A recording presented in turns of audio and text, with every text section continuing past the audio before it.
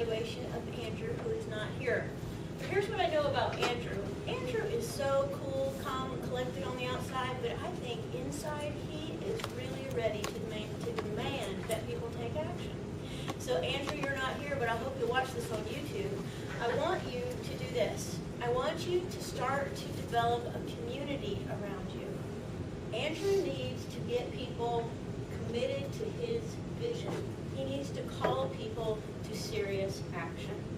He gets up, he gives us lots of details, but the reality is I want Andrew to let it rip. I want him to tell us exactly how he feels and how wrecked he is. There's this great book by Bill Hybels called Holy Discontent. And in this book, Bill Hybels talks about if you just talk about your holy discontent from a very real place, you will get people to commune around you. And commune is at the root of communication. That is why we communicate, to draw people together, to get around an idea or an ideal or something that must be fixed. So Andrew must create community. The second thing is that he needs to be clear. Now, I'm pretty clear on the fact that these stoves are good. In fact, they're excellent. In fact, they might even be a tool straight from God. Then we will just get our heads wrapped around it. So I loved his beginning, but the praise that I have for him is that he comes out strong, but he didn't come out with a strong challenge. So I want him to come out with a strong challenge in the beginning and not tell us that, you've heard this before. What he needs to say is something more direct, like, you need to hear this again.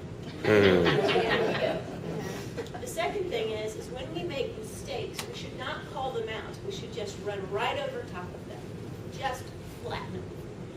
I think that his program would really benefit from some visuals and also from the idea of a phrase that pays.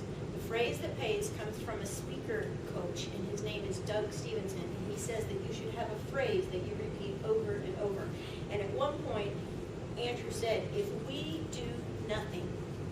So what if he had done that throughout his speech? So if we do nothing, what will happen? Children will fall in fires, and people will get respiratory disease, and this will happen, and that will happen if we do nothing. The other thing he said that I thought was really sassy and good is he said, be afraid. I want you to be afraid. I mean, what if he just totally got up in our faces already? Maybe we'd all write him a check. He needs to ask more directly. And maybe at the end he could say, if we do nothing, he could flip it at the end and do a call to action, which would be, why don't you just do something?